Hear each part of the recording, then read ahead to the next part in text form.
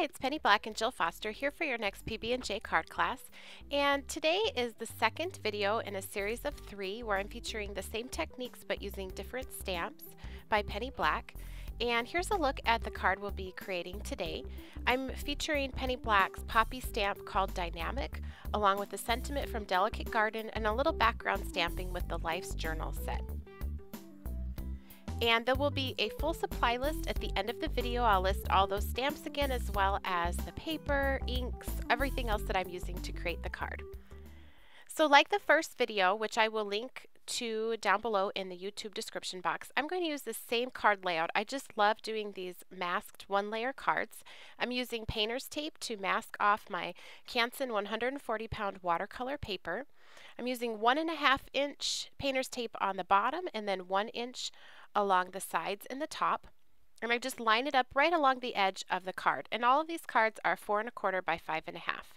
Now I've put this into my stamp positioning tool, the Misty, along with this Penny Black Stamp Dynamic. I love this stamp. I've used it several times already. It's definitely a favorite.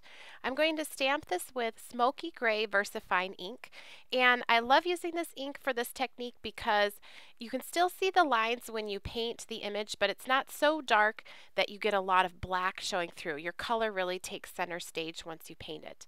I'm using a Tombow dual brush marker in a dark gray just on the center of that poppy, and I will go back and blend that marker at the end of the video when I'm finished coloring in the poppy. I'm doing it several times just to get a nice impression on that textured cardstock.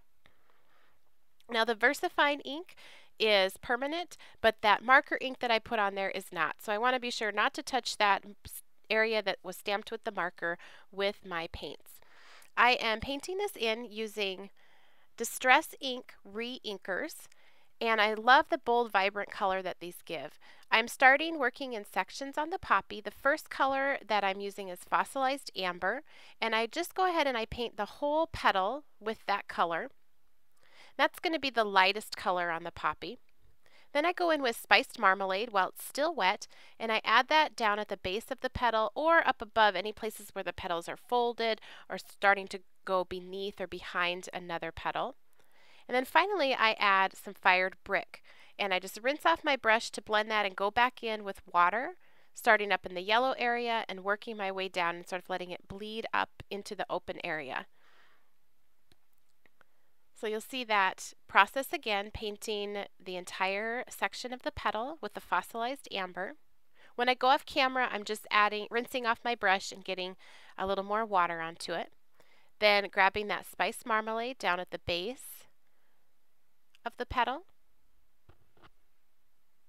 blending it out with water, and then grabbing a touch of the Fired Brick. I'm just going to get a little bit more. You hardly have to use any of these inks, just the littlest drop because it's very concentrated. It's a re-inker ink, not an actual watercolor. Adding that in where I want it darkest, rinsing off my brush and coming back in and blending it with water. And you can always go back once an area has dried, like I'm doing there, and darken or intensify the color.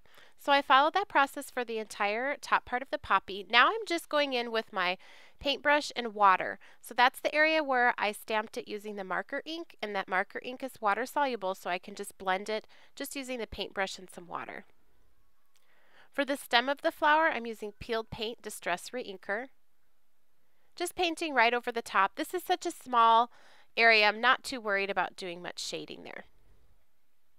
To paint the background, I'm going to start by first laying down just water in the areas I'll be painting, and then getting the Distress Re-Inker, this is Salty Ocean, putting it where I want the color to be the darkest, and then going back and blending with water. And you can see when I blend that, I first put the paint down like I'm doing there.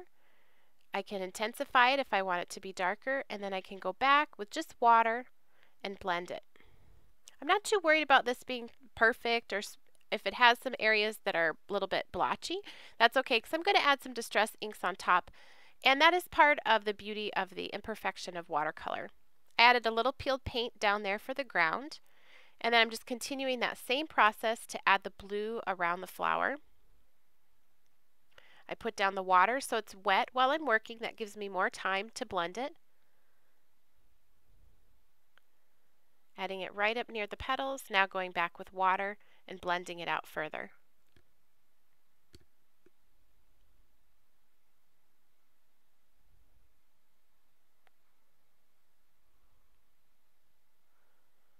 While it's wet, you could always go in with more ink and add it in if you want to darken the look. Here I decided to pull that blue down a little bit further down the stem so it's balanced on both sides of the stem. So I went ahead and dried that with my heat gun, and now I'm going to apply some Distress inks using an ink blending tool and a foam pad. The first color I'm going to use is Mowed Lawn. I'm using a very light pressure. I like how these look when combined with the painted background. They also add a nice, rich, defined edge along that area that's masked. Here I'm putting some Salty Ocean.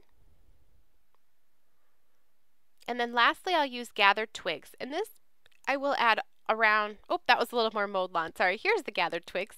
And this I will add all around the perimeter of the masked off rectangle.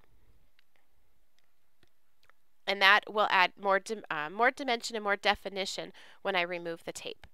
Now it's time for some background stamping. I'm using this stamp from the Penny Black Set Life's Journals, and I'm inking it with Gathered Twigs. I wanted to be able to start light and intensify the color by restamping it several times instead of going too dark from the beginning. So I am working here in my MISTI stamp positioning tool because it allows me to continually stamp in the same place, deepening up the color until it's at the point that I like. It's safer for me, I feel like, to start light and just keep stamping it to build it up to a darker color. I didn't think I was going to want to stamp down at the bottom, but I decided it looked a little plain down there, so I just moved the stamp down. And I'm going to stamp that some more down there. And then I will add my sentiment. This is from the Delicate Garden stamp set, and I'm inking that with Onyx Black ink, VersaFine Onyx Black ink.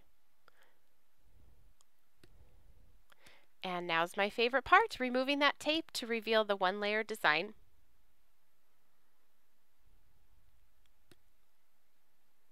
I hope you've enjoyed today's video. I will be back very soon with card number 3 using these same techniques but with different stamps. Here's a look at the finished card design. If you did enjoy today's video, please give it a thumbs up and be sure to subscribe to our channel. You can also connect with Penny Black on Facebook, Pinterest, Twitter, Instagram, and on our website. And I will link to all of those in the YouTube description box below. And if you hold on and stay tuned, here's the supplies used in creating this card.